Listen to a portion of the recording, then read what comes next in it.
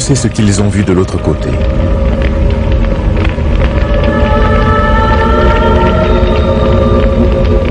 Ceux qui sont allés jusqu'au bord du précipice pour revenir ensuite décrivent leur peur, leur souffrance et des fleuves de feu. Ils parlent des visages hideux des damnés et des plaintes lugubres des âmes égarées.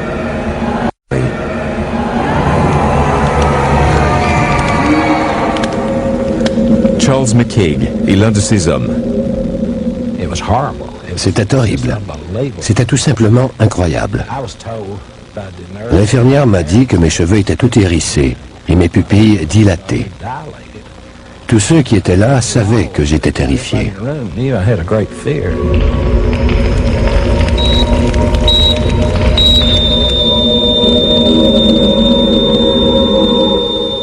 Les descriptions de McCaig et des autres rescapés ont permis au docteur Morris Rawlings, un éminent cardiologue et professeur de médecine à l'université Chattanooga, au Tennessee, d'écrire un livre. Même s'il ne croyait ni en Dieu ni au diable avant cette journée fatidique de janvier 77.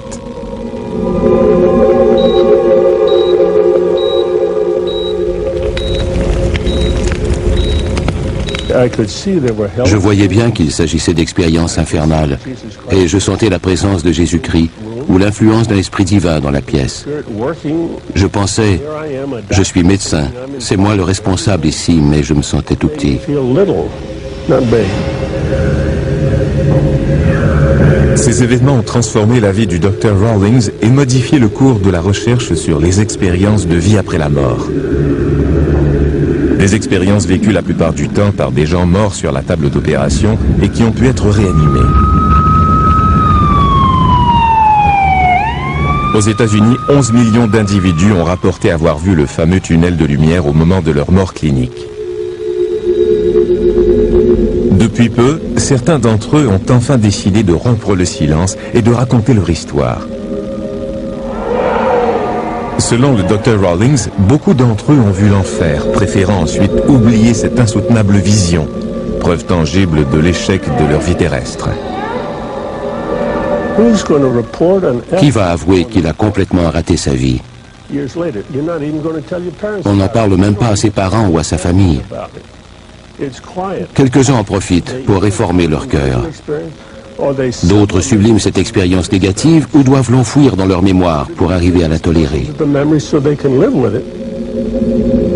Rawlings prend connaissance du phénomène le jour où Charles McCaig meurt plusieurs fois dans son bureau des suites d'une crise cardiaque. Il le voit et l'entend décrire l'enfer tandis qu'il se bat pour survivre. Il n'arrêtait pas de répéter « Je suis en enfer ».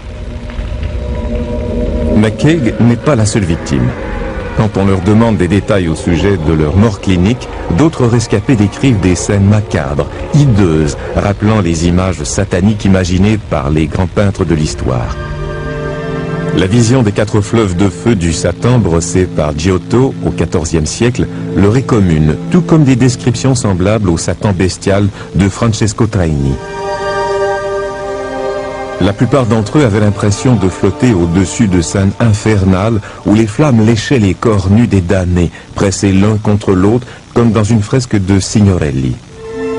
Les découvertes qui ont poussé le Dr Rawlings à écrire « To Hell and Back » sont étrangement reflétées dans le Purgatoire de Bosch, peint au XVe siècle.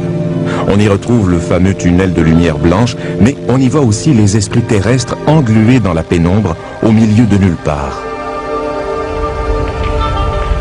C'est l'odyssée de Charles McCaig qui amène finalement le Dr Rawlings à discerner le côté macabre de l'au-delà. En janvier 1977, souffrant de douleurs thoraciques, McCaig se présente à son centre de diagnostic.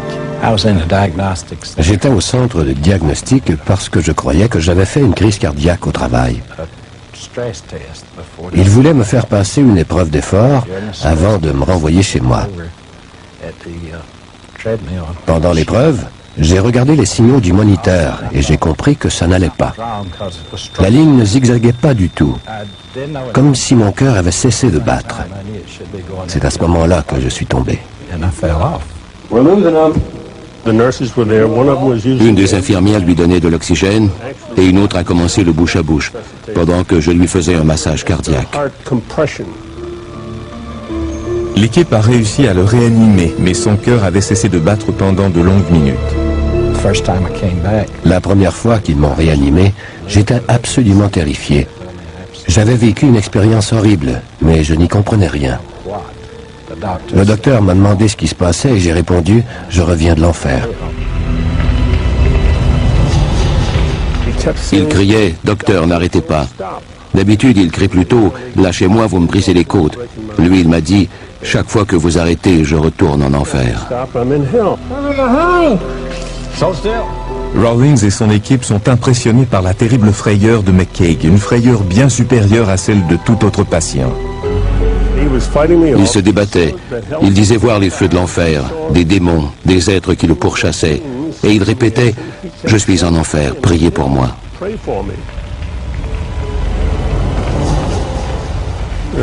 Je massais son cœur et en même temps j'ajustais le stimulateur. Dès que j'arrêtais, ses yeux se révulsaient, il devenait bleu et arrêtait de respirer. Le lendemain, Rawlings tente d'en savoir davantage, mais McCaig a tout oublié. Je n'ai aucun souvenir de mon passage en enfer et je n'en veux pas.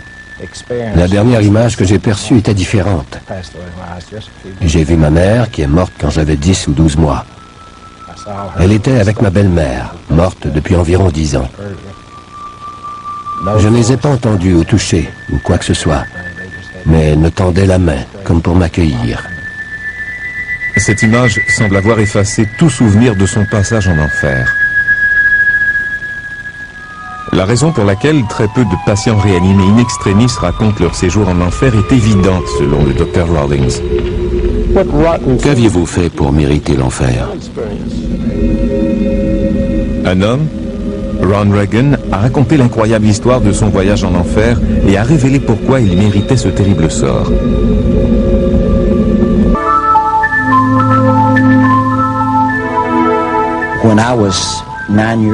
À l'âge de 9 ans, je vivais dans les montagnes du Tennessee. Nous étions très pauvres. Mon père n'était pas religieux, il était alcoolique et violent. Il passait son temps à crier, à jurer et à nous battre.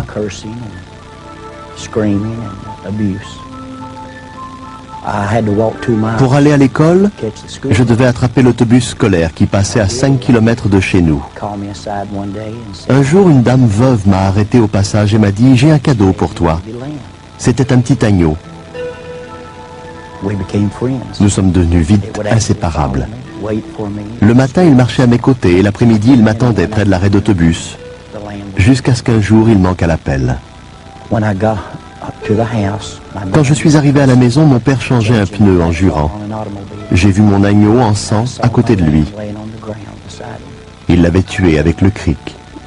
Il le lui avait plongé dans le corps. J'avais 9 ans. Je me suis mis à crier. Je me suis sauvé dans les collines en hurlant. Il a tué mon agneau. Et je me suis senti envahi par la haine et par la violence. Je ne comprenais plus rien à la vie. À l'âge de 12 ans, je faisais des fugues et j'avais un dossier aux services sociaux. À 15 ans, j'étais détenu pour homicide involontaire dans un centre d'éducation surveillée. J'avais volé une voiture et en fuyant la police, j'avais eu un accident. Il y a eu des morts. On m'a enfermé jusqu'à l'âge de 18 ans. Durant tout ce temps, j'étais habité par la haine, la colère et la violence.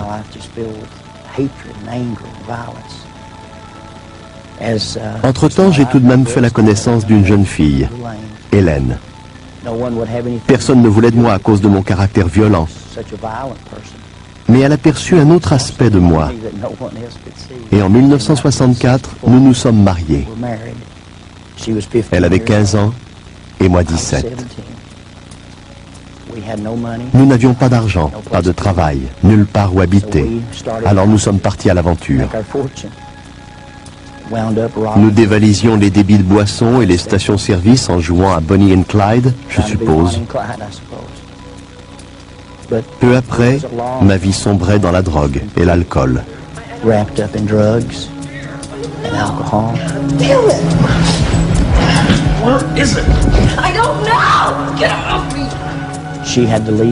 Elle m'a quitté à cause des sévices que je lui infligeais. Ça devait faire 8 ans que je traînais dans les rues d'Atlanta, en Géorgie.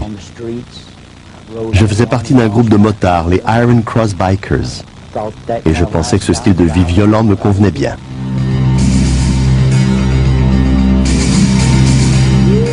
Grandma! Grandma! Come on! Come on! Get this way! Get this way! Get this way! Come on! Come on! Yeah, I know. Grandma!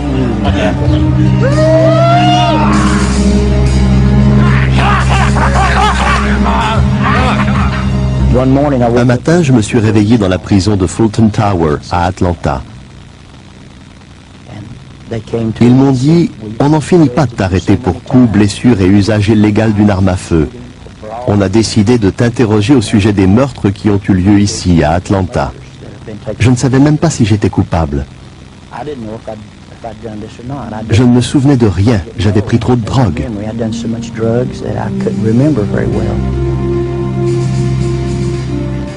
Le lendemain, tandis qu'on l'amène au tribunal, il s'enfuit par une porte dérobée et prend l'autobus jusqu'à Knoxville. Il se réfugie auprès de son ex-femme et de son fils de 6 ans. Quelques jours plus tard, bourré de drogue, il attaque un homme à la porte d'un magasin. Son fils est témoin de l'agression. J'ai senti la haine m'envahir et je l'ai frappé.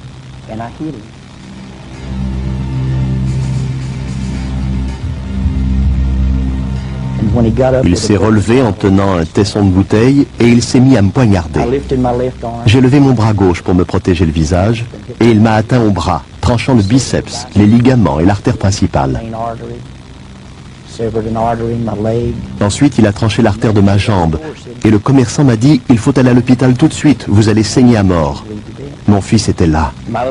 Il n'avait que 5 ou 6 ans et il était bouleversé.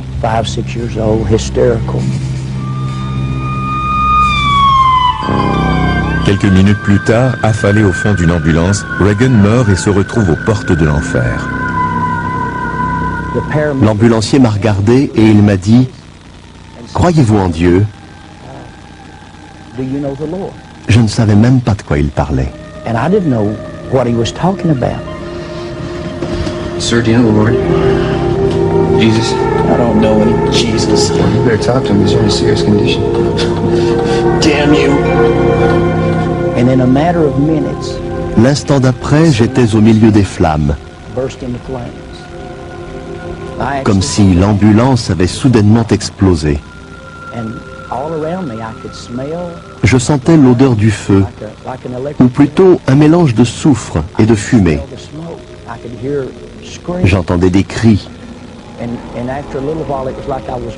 Au bout d'un moment, j'ai eu l'impression de survoler les flammes. Et je me suis retrouvé au-dessus d'un petit lac entouré de falaises.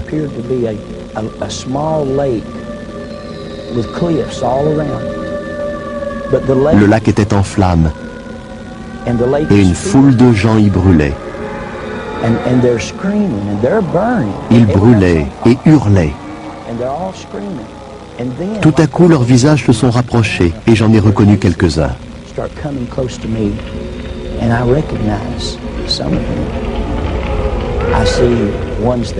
Certains d'entre eux étaient morts d'une surdose ou avaient pris le volant un soir d'ivresse. D'autres avaient été tués durant un vol à main armée ou au cours d'une bagarre. Ils criaient tous mon nom. Ronnie, ne viens pas. Tu ne pourras plus repartir. Je les entendais, je respirais cette odeur, mais je ne comprenais rien. Je ne connaissais pas encore la peur. Ma vie était remplie de violence et de haine. On m'avait tiré dessus, on m'avait poignardé, mais je n'avais jamais eu peur. À ce moment-là, j'ai sombré dans l'inconscience. Pendant des heures, des jours, des semaines, j'ai été incapable d'oublier cette vision. En sortant de l'hôpital, je me suis saoulé. J'ai pris de la drogue. Mais ça n'a servi à rien. Je n'arrivais pas à oublier. Dès que j'éteignais les lumières, je revoyais cet horrible spectacle.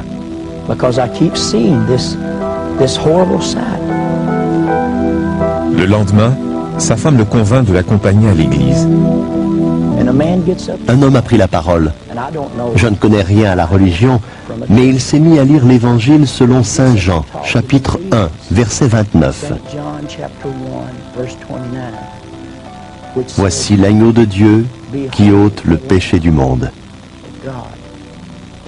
Il aurait pu lire n'importe quoi d'autre et je n'y aurais rien compris. Mais quand il a dit ça, je me suis souvenu de mon agneau. Il a dit, Jésus est l'agneau de Dieu et il est mort pour racheter les péchés de l'humanité et nous sauver de l'enfer. Il s'est mis à décrire l'enfer et je me suis dit, c'est ce que j'ai vu. Quelqu'un m'explique enfin ma vision. On ne m'avait pas appris à prier. J'étais impie. Mais j'ai dit, mon Dieu, si vous existez, si Jésus existe, et que vous essayez de communiquer avec moi, par pitié, tuez-moi ou guérissez mon âme.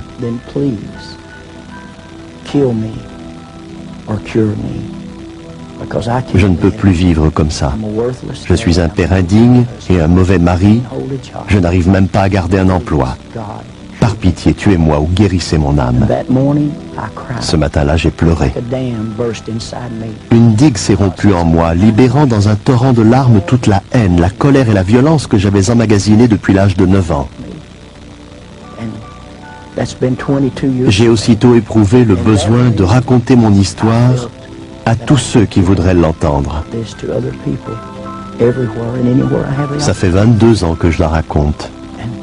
Today, I'm still telling the story.